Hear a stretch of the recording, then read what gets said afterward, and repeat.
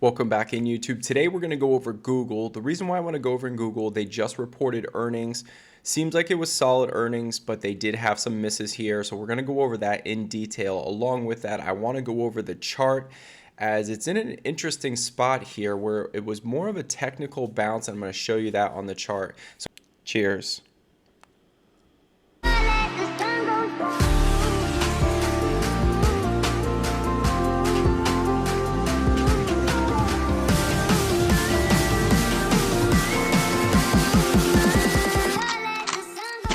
When we look at a one-year chart of Google, we can see here we had a nice peak about $152 and then came crashing down roughly around 125, bounced back up, and now we've been trading in this pretty tight channel here. I can just draw a trend line right across.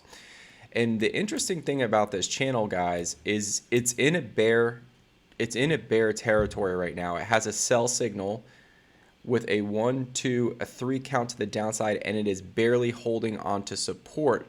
So the recent earnings report makes me think that this was just more of a technical bounce. The news was pretty good, but it wasn't eye-popping good, right? So to me, this was more of a technical bounce here, as they did miss EPS, guys, but on the longer term charts, still bearish, guys, okay? So just wanted to point that out first and foremost. So let's get into the earnings, what I would pay for Google to get a double-digit return. Even though there was $8 billion more in revenue, operating income did come in a little bit light due to margins coming down. So we're starting to see margin compression here for Google. Now, still phenomenal operating margins at 28%, but something you definitely want to keep an eye on, and actually something I'm going to be using when I go forward in my analysis here. Net income was 16 billion versus 18 year prior, and EPS, diluted EPS, came in a little bit lighter versus last year. Nice tick up in advertisement revenue, roughly 10%, and that, I think that was the big concern a lot of people had, and maybe the reason why Google actually is showing some positive signs on the earnings here. Cash and cash equivalents is down roughly 3 billion, but the good news is long-term debt is down 3 billion. So that's a net even for me, guys. So when we look at other revenues, we can see here that a year ago they did 2.6 billion in other income. With foreign exchange, they lost 260 million, guys, just on foreign exchange here. And they lost, instead of gaining 2.7 billion, they lost 251 million on securities.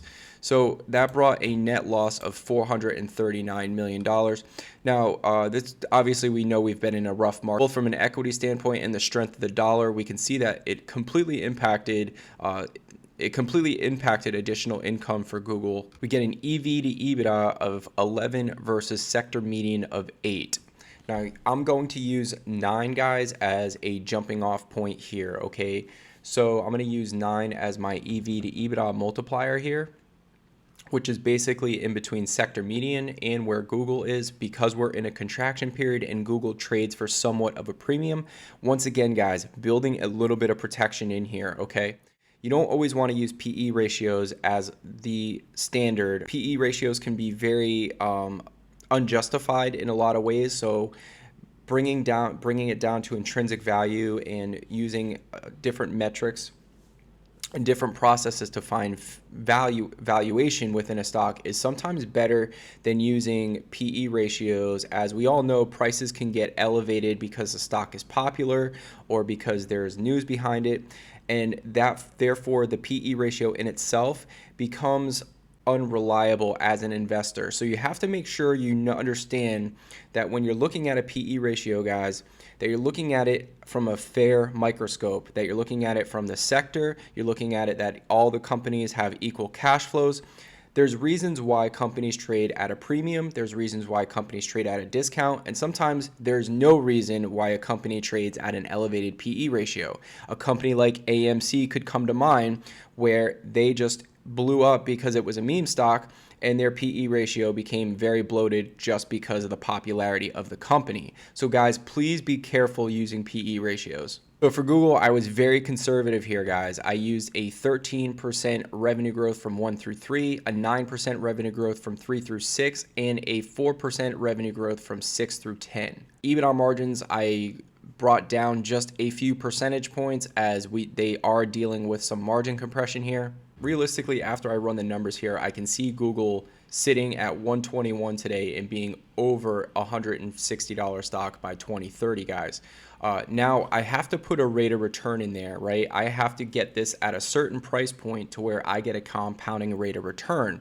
So here's where it gets a little bit more difficult for me to buy Google at these prices, even though it is a very, very strong company, one of the strongest companies, and it is possibly a buy right now. I have to put a percentage of rate of return I'm looking to get. For a company like Google, guys, I would be willing to take a little less of a percentage of return due to the fact that it's such a strong company, the balance sheet's so clean, and they could maintain double-digit revenue growth longer than I am giving them credit for. So therefore, I would probably take less of a return, maybe an 11% rate of return. So in order for me to make sense to buy Google and possibly get a double-digit return, I'm looking at a price target anywhere from 97.68 all the way down to 56.70. This is not a wild growth company with a high multiple, so I don't need to put a margin of safety in here. So guys, when we deal with companies like Tesla and companies that have over a 30 or 40 PE ratio and maybe their growth rates are not that great, I tend to use a little bit of an extra bump here in margin of safety. I'm not doing that for Google, guys. I don't think you need it. I think their balance sheet's unreal, and I think the company's unreal. So what I'm doing is I'm going to average out $56.70, $98. So I get a price target, guys, of Google of $77. Now, that's for me personally. Is it going to get down to that price target? Might not, guys. I might miss this one here. But in my personal opinion, in order for me to get the rate of return I'm looking for and the margin of safety I need, I have to buy this below $100 here, guys. Pretty clear. Maybe I would look at buying it at around 97, 87, and if it got any cheaper, I would just keep averaging in. So there's a couple different ways I would play this. Just because I have a price target of $77 doesn't necessarily mean that I would buy it there, guys.